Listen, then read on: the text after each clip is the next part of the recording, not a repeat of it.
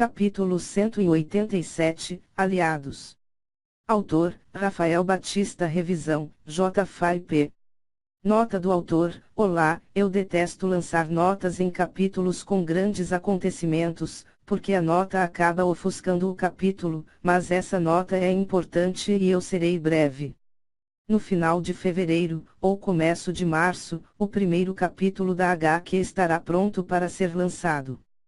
Por causa disso, eu gostaria que vocês me falassem se tem alguma plataforma de pagamento que atenda a todos. Atualmente, eu uso o PagSeguro, mas posso trabalhar com o PayPal e o Mercado Pago. Aqueles que não conseguem utilizar esses meios, e têm alguma plataforma em mente, por favor, me digam qual é, e eu farei de tudo para atendê-los. Um abraço, e aproveitem o capítulo. Enquanto o Zaltian e o Bacari gargalhavam, o tenente Jones caminhou até eles, olhou para o Zaltian, e disse: Eu não posso permitir que você escape, mas eu posso garantir que você não seja condenado à morte. Pim. Após dizer aquilo, o tenente Jones segurou os punhos do Zaltian e quebrou as algemas que prendiam os seus punhos. Livre das algemas, Zaltian esticou e movimentou os seus braços, antes de perguntar: O que você quer em troca da sua ajuda? O tenente Jones colocou a mão no ombro do Zaltian e falou: A Vienne me disse que você deve saber alguma coisa sobre os verdadeiros inimigos desta cidade. Compartilhe o que sabe e terá a minha ajuda. Imediatamente, Zaltian acenou com a cabeça e respondeu: É uma troca justa. A história é longa. Então o que acha de nos sentarmos? O tenente Jones sorriu, antes de se sentar no chão e pedir para que Zaltian o acompanhe. Sente-se. Eu tenho todo o tempo do mundo. Zaltian se sentou e foi direto ao ponto: Tenente Jones. Você realmente acredita que os salvadores são os heróis desta cidade? Tenente Jones, é inegável que eles nos salvarão da peste que assolou esta cidade, mas... Há pouco tempo, a Vienne me contou que tinha alguma coisa estranha neles e que eles estavam agindo como se estivessem acima de tudo em Turop. Zaltian, ela estava tão certa quanto o sol é quente. Parece que ela não sabia muito sobre eles, mas... E se eu te dissesse que... Foram eles que espalharam a peste em Turop, só para se tornarem os salvadores da cidade? O que você diria? Quando aquelas palavras caíram, o tenente Jones franziu os senhos, cerrou os dentes e falou: Se isso for verdade. Eu digo que, eles precisam ser expostos e punidos com o devido rigor. No mesmo instante Zaltian acenou com a cabeça e falou: Vocês acolherão os seus destruidores. Aquelas pessoas que vocês chamam de salvadores, na verdade, pertencem a uma organização mercenária chamada O Olho. O Olho. Você tem certeza disso? O tenente Jones perguntou enquanto fazia uma expressão de espanto. Eu não sei muito sobre essa organização, mas confie em mim. Eles estão aqui e têm planos para Turop. Zaltian respondeu. Tenente Jones, e onde você entra nessa história? Como você sabe sobre eles, e por que você está aqui? Zaltian fez uma expressão complicada e respondeu: Eu vim para cá em busca de vingança. Em um dos contratos daquela organização, o Murdoch quase destruiu a vida da minha esposa e de toda a família dela. Quanto a como eu sei sobre eles? Digamos que eu tenho amigos poderosos que levantaram essas informações. Zaltian terminou. Imediatamente, o tenente Jones fez uma expressão curiosa e perguntou: E esses seus amigos poderosos? Eles disseram quais são os planos do Murdoch? Zaltian balançou a cabeça e respondeu: Eles não conseguiram obter essa informação, mas eles me informaram que o Olho tem um grande efetivo aqui e que, certamente, eles têm grandes planos para Turop. Dessa vez, sou quem te pergunto. O que tem de interessante aqui, que valha todo esse esforço? Zaltian terminou. O tenente Jones fez uma expressão pensativa, antes de dizer: a montanha sagrada. Certamente o objetivo deles é a montanha sagrada. Mais uma vez, Zaltian escutou o nome, montanha sagrada.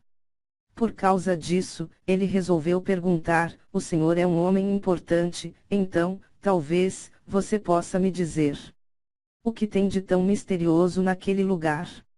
O tenente Jones, por sua vez, fez uma expressão impotente enquanto respondia: eu não sei o que tem naquele lugar. Até mesmo os oficiais da guarda de Turup sabem apenas as mesmas coisas que as outras pessoas. Zaltian, você está me dizendo que, nem mesmo as pessoas que protegem aquele lugar, sabem o que tem lá. E quanto aos curiosos?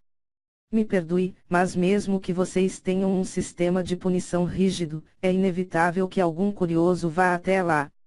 Assim que aquelas palavras caíram, o tenente Jones respondeu: se você for capaz de encontrar algum desses curiosos, por favor, pergunte a ele e me diga o que ele respondeu, porque eles jamais voltaram de lá.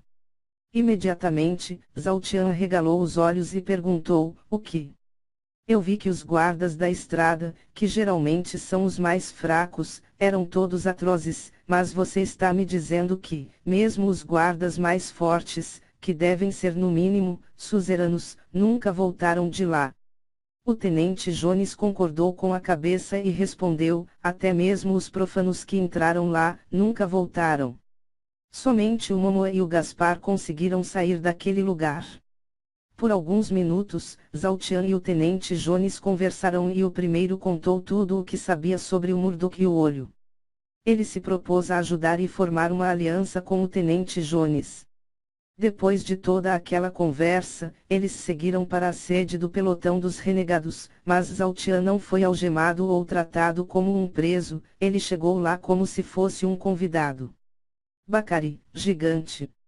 Acompanhe o Zaltian até o quarto dele.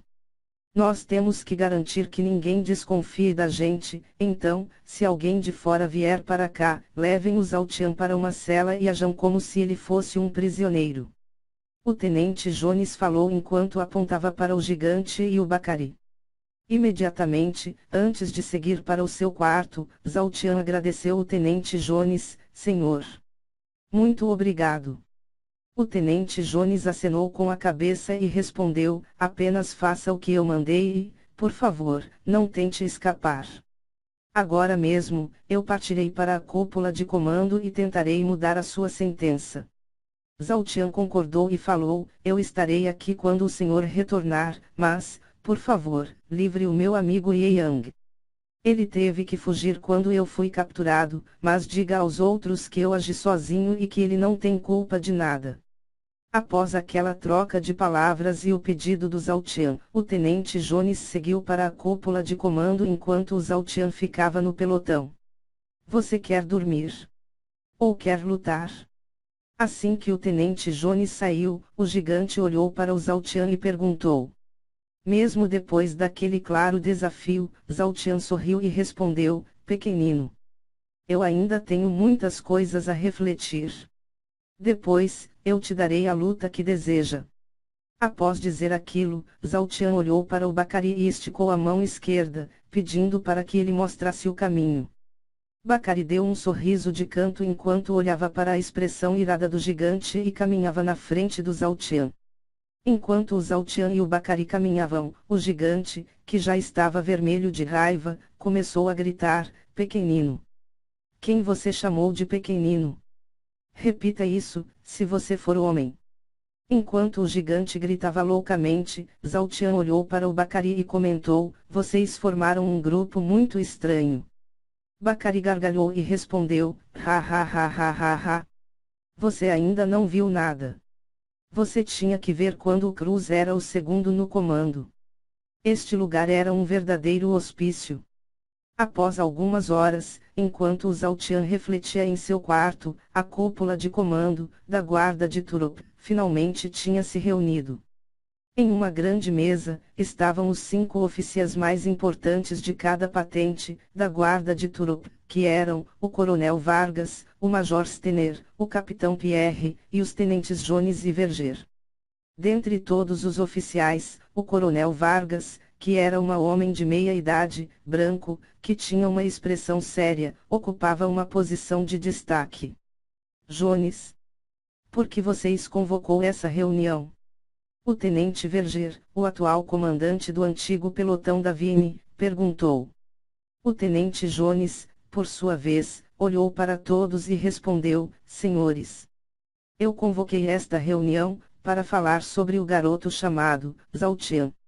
O capitão Pierre demonstrou não compreender as intenções do tenente Jones e perguntou: Zhaotian, você está falando sobre o garoto que matou Yondo? Tenente Jones: sim, é ele mesmo. Major Stener: e o que há para falar desse garoto? Ele não recebeu a sentença merecida. Tenente Jones: senhores, eu sei que as evidências contra ele são incontestáveis, pois as digitais dele estão na arma do crime, mas eu não acredito que foi ele quem cometeu aquele crime. Capitão Pierre: do que diabos você está falando? As provas não são o suficiente para você.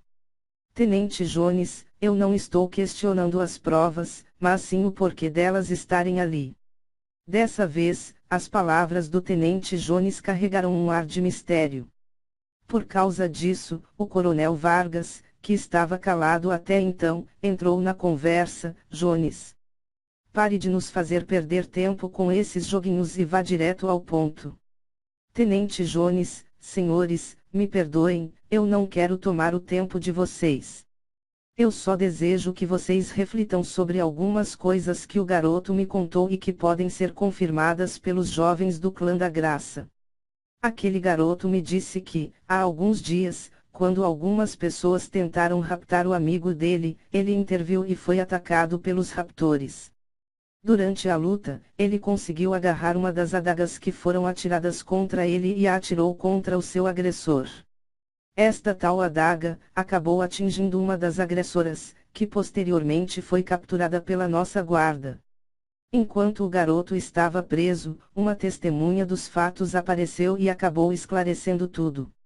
E essa testemunha era justamente o ancião Namuk. Por causa de um vínculo de gratidão, o garoto resolveu ajudar o Clã da Graça e representá-los no torneio dos melhores, sem pedir nada em troca.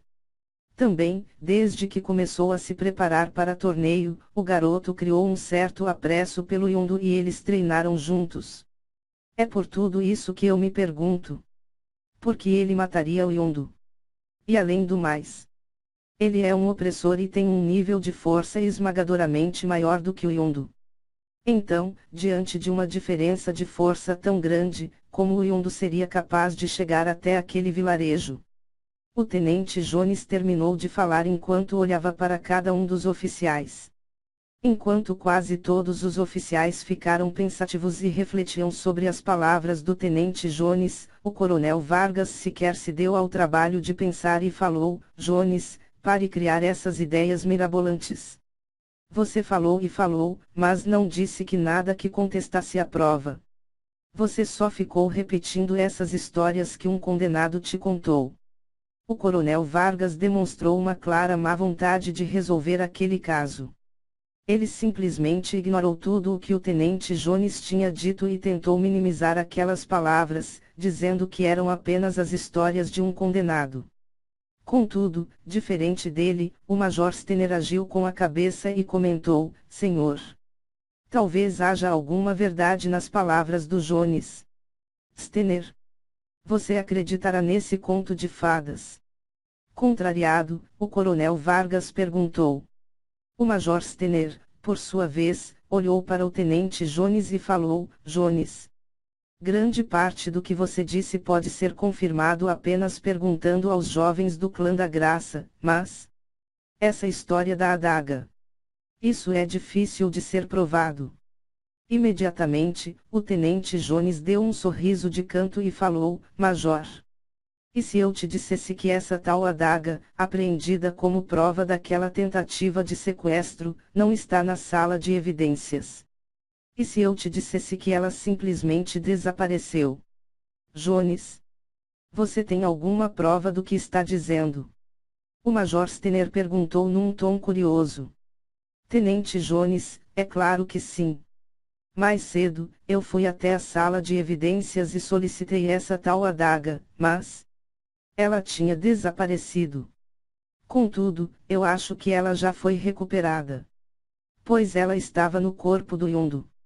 Imediatamente, os outros oficiais olharam fixamente para o tenente Jones, e o capitão Pierre perguntou: Jones, quem pode confirmar o que você está dizendo? O tenente Jones fez algumas contas e respondeu: eu acho que levei umas 23 pessoas comigo, para a sala de evidências. Todas elas podem confirmar que a adaga não estava lá. Bang!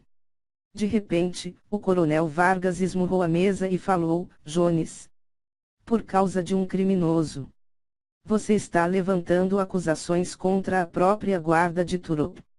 Você está dizendo que tem alguém roubando provas da sala de evidências. Diante daquela reação tão inusitada por parte do coronel Vargas, o tenente Jones balançou a cabeça e respondeu: eu não estou dizendo que foram os membros da guarda de Turop que fizeram aquilo. Eu estou dizendo que tudo leva a uma queima de arquivo. Provavelmente, aqueles sequestradores conseguiram entrar na sala de evidências, roubar a adaga, começar uma queima de arquivo, e culpar as suas vítimas. Apesar de saber quem eram os reais culpados de tudo, o tenente Jones resolveu assumir que elas eram pessoas misteriosas, que queriam esconder as suas identidades e desacreditar as suas vítimas. Olhando para o semblante dos oficiais presentes, o tenente Jones se alegrou, pois apenas o coronel Vargas estava relutante. Os outros oficiais estavam com expressões estranhas, como se acabassem de tirar as vendas dos seus olhos.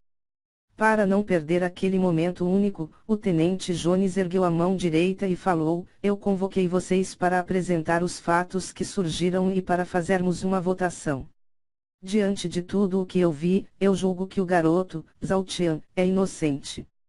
Quem concordar comigo, por favor, levante a sua mão. Por alguns segundos, todos os outros oficiais se entreolharam e permaneceram quietos, até que finalmente o Major Stener levantou a mão. Seguindo o Major Stener, o capitão Pierre e o tenente Verger também levantaram as mãos. Coronel Vargas. O voto do senhor é o único voto que tem o poder para decidir tudo, o Major Stener falou enquanto olhava para o coronel Vargas. Mesmo que quisesse manter a sua posição e exercer o seu poder para manter a condenação do Zhao Tian, o coronel Vargas sabia que, ao fazer aquilo, todos naquela sala passariam a desconfiar dele. Por causa disso, ele ficou inexpressivo enquanto dizia: eu ainda não engoli essa história, mas se todos vocês estão de acordo, eu revogarei a pena de morte do garoto. Contudo, eu determino que, enquanto ele estiver em Turop, ele permaneça sob vigilância, em tempo integral. Enquanto aquela reunião chegava ao fim, Ye Yang, que ainda estava fugindo da guarda de Turop, parou para descansar um pouco. Onde eu estou agora? O que aconteceu em Turop? Ye Yang murmurou enquanto se encostava em uma árvore. Crec. Crec. De repente, alguns galhos se quebram perto dele, indicando que havia alguma coisa por ali. Quem está aí? Ye Yang gritou enquanto se levantava e se preparava para lutar. Tape. Tape. Tape. Tape. Tape. Tape. Tape. Tape. Para a surpresa do Ye Yang, as silhuetas de duas pessoas caminharam na sua direção enquanto diziam: nós somos os reforços que vocês precisavam.